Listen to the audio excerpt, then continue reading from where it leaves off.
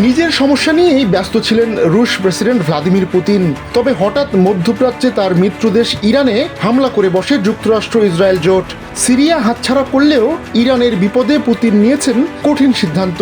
এতেই বদলে যেতে পারে মধ্যপ্রাচ্যে ক্ষমতার ভারসাম্য। জানা গেছে, প্রথমবারের মতো রাশিয়ার তৈরি S-400 আকাশ প্রতিরক্ষা ব্যবস্থার পরীক্ষা চালিয়েছে ইরান।